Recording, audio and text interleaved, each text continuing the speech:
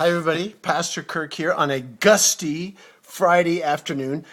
It's hard to imagine. Just last week was Holy Week, and what a beautiful Maundy, Thursday service and solemn Good Friday service, both well attended.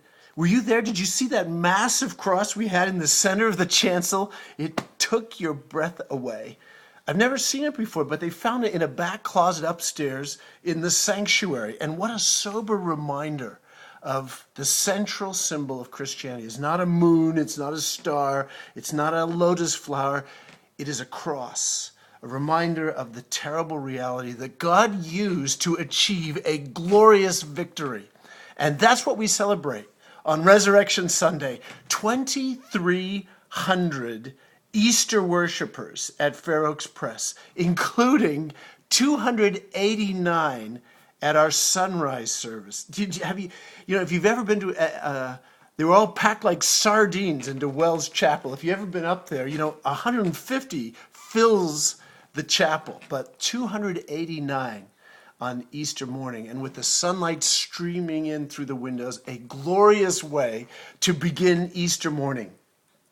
And then at our classic service and our rock and roll service, the choir sang a lively spiritual, No More Night, that rocked the house. Wow! Choir and organ and worship band and Debbie Hickey belting out a soulful solo, celebrating the coming day when there's no more night, no more pain, no more sin, no more death.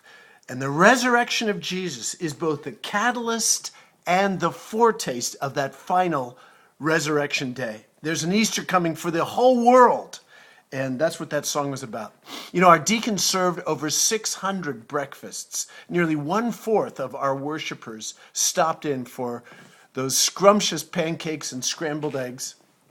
You've heard of the Lord's Supper? Well, this was the Lord's breakfast, a tradition that goes all the way back to it goes back to the Gospels, to Jesus himself in John 21:12. Look it up. Jesus said, "Hey, come have breakfast." And that was a post-Easter breakfast.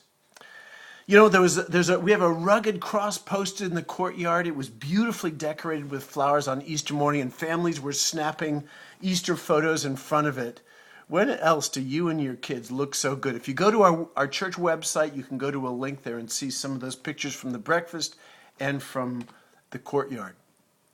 Friday night, Good Friday, our rock choir returned from their week-long Holy Week mission tour, and they shared testimonies and music from that adventure. And it was one of the finest programs that we have seen in years. We were so impressed with our kids, our youth.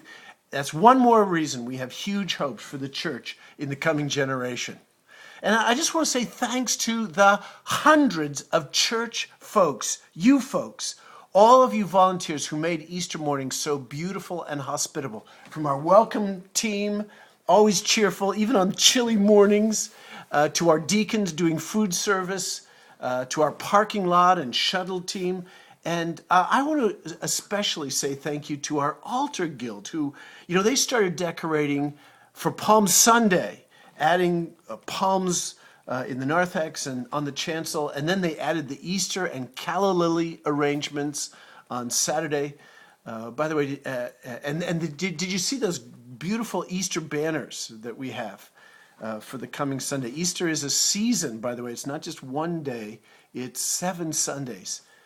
In the church calendar, and our beautiful Easter banners. Take a look at those on Sunday morning. Okay, I'm looking at my calendar. It's May 1, this Sunday. We're wrapping up our school year before our summer programs begin like gangbusters.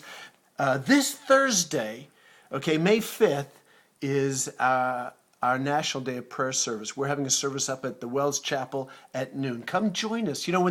When the president and Congress call people to pray, Christians and the church, we need to take that seriously. And so come join us for our noon prayer service on Thursday, May 5th.